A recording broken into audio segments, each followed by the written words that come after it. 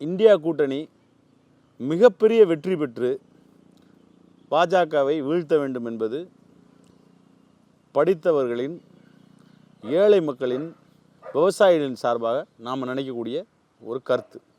India கூட்டணியுடைய வேட்பாளராக இருக்கக்கூடிய சு. வெங்கடேசன் தனிப்பட்ட முறையில் அந்த கட்சியின் கொள்கையின் அடிப்படையிலும் ஒரு அப்பழுக்கற்ற ஒரு மனிதர்.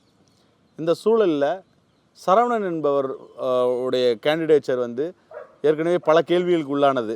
ஏன்னா அவருடைய மருத்துவ முறைகளை பற்றி பலருக்கு பல விமர்சனம் உண்டு. நல்ல மருத்துவர்களே என்னிடம் சொல்லியிருக்கிறார்கள், அவர் உண்மையான மருத்துவர் போல் நடந்து கொள்பவர் அல்ல என்று. ஸ்ரீனிவாசன் என்பவர் தடாலடியாக பேசக்கூடிய பாஜகவின் ரவுடி முகம். சொல்லப்போனால் அவர் என்ன சொல்லுவார்னா நீங்கள் அப்படி சொல்லாதீங்க, இப்படி சொல்லாதீங்க அப்படின்று சொல்லி பத்திரிகைகளை மிரட்டக்கூடிய ஒரு நபர். இதில் வெங்கடேசன் மட்டுமே இதுவரைக்கும் நான் ஒரு பாராளுமன்ற தொகுதி எம்பியிடம் 2 முறை பேசியுள்ளேன். ஒன்று, ஒரு ஏழை சிறுவனுக்கு கேன்சருக்கான மருத்துவ உதவிக்கு கோரி நான் அவரிடம் சென்றேன் என்று சொல்ல மாட்டேன், அலைபேசியில் அழைத்தேன். உடனே அவரால் ஃபோன் எடுக்க முடியல, டெல்லியில் இருக்கேன் அப்படின்னு சொல்லிட்டு எனக்கு ஒரு மெசேஜ் மட்டும் போட்டார். அதுக்கப்புறம் மதுரை வந்தவுடனே யார், என்ன விவரம், எவ்வளவு பணம் தேவை, அதை அரசாங்கத்தில் எம்பி நலத்திட்டத்திலிருந்து நான் எப்படி செய்ய முடியும் என்ற வரைமுறைகளை எனக்கு விளக்கிவிட்டு என்னுடைய அலுவலகத்தில் ஒரு கோரிக்கை மனுவை கொடுங்கள், அந்த கோரிக்கை மனுவின் அடிப்படையில் நீங்கள் கேட்கக்கூடிய 9 லட்சம் கிடைக்குமா என்னன்றது தெரியாது, 3 லட்சம் வரை அரசாங்கத்துடைய பணத்தை நான் கோரி பெற்று வாங்கி தர முடியும் என்று எனக்கு உறுதியளித்தார். அதுக்கிடையில் துரதிருஷ்டவசமாக அந்த அந்த சிறுவன் இறந்து விட்டான்.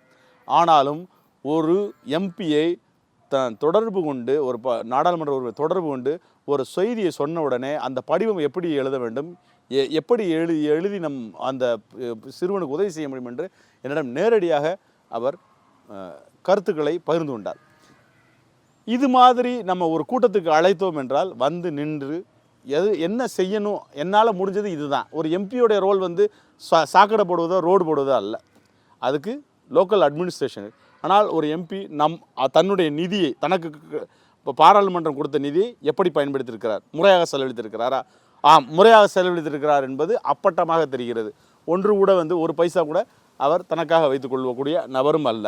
இரண்டாவது, ஒரு எம்பி நம்முடைய கோரிக்கைகளை பாராளுமன்றத்தில் எதிரொலித்துள்ளாரா என்றால் சரியாக எதிரொலித்துள்ளார். சொல்லப்போனால் கீழடி பிரச்சனையை அவர் தொடர்ந்து பேசி, நிர்மலா சீதாராமன் சென்ற ஆட்சியின் போது, அதாவது இதற்கு முந்தைய 5 வருடங்களுக்கு போது அவர் நிர்மலா சீதாராமன் கீழடியில் திருமுருகன் காந்தியோடு தகராறு செய்துவிட்டு போனார்.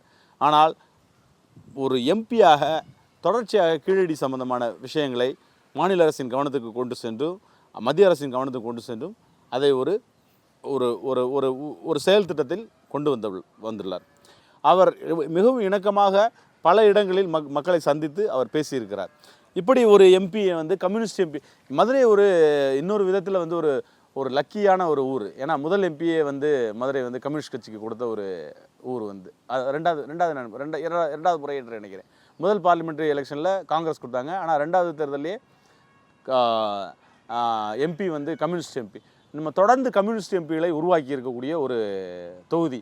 அதனால் கம்யூனிஸ்ட் கட்சியோட அடிப்படை கொள்கைகளை ஏற்றுக்கொண்ட ஒருவரை நாம் கொண்டாடி வந்திருக்கிறோம் என்பதே மதுரைக்கு ஒரு நல்ல கேரக்டர் உள்ள ஒரு ஊர் அப்படின்னு நம்ம சொல்லலாம். அந்த விதத்தில் இந்த முறை வெங்கடேசன் வெற்றி பெறுவது இந்தியா கூட்டணிக்கு வலு சேர்க்கும். சரியான ஆலோசகராகவும் அரசின் வழியில் சென்று மக்களுக்காக கோரிக்கைகள் வைப்பவராகவும் அதை செவிசாய்க்கும் ராகுல் காந்தி நமக்கு பிரதமராக கிடைக்கும் பட்சத்தில் அருமையான ஒரு கூட்டாகவும் இது இருக்கும் என்பது என்னுடைய நம்பிக்கை. ஆக நான் சு. வெங்கடேசனை ஆதரிப்பதுதான் முறையாக இருக்கும் என்று கருதுகிறேன்.